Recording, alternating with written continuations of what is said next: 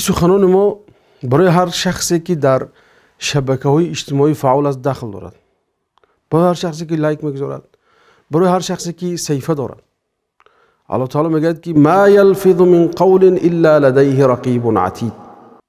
یعنی فرشته ها نه تنها سخنهایی که ما میگوییم بنویسند، بلکه هر چی که در این شبکه‌های اجتماعی ما میگذاریم برایمون نوشته میشود.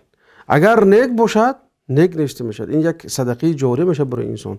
اگر بد باشد این یک سیئه جاری است، یک کاری بدی جاری است که بعد از مرگ هم خواهد ماند و دیگرها اون رو خواهند دید و در نزد الله تعالی مسئول خواهی شد.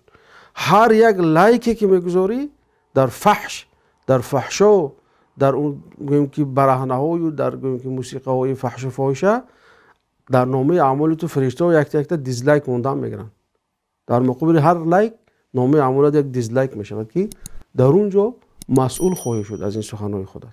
یعنی که اگر اقلا آخه در گویم که صحیفه خودت صدقه جاری نباشد، بعد از خودت آخه سیئه جاری گذاشته نرو، کاری بد بعد خودت گذاشته نرو.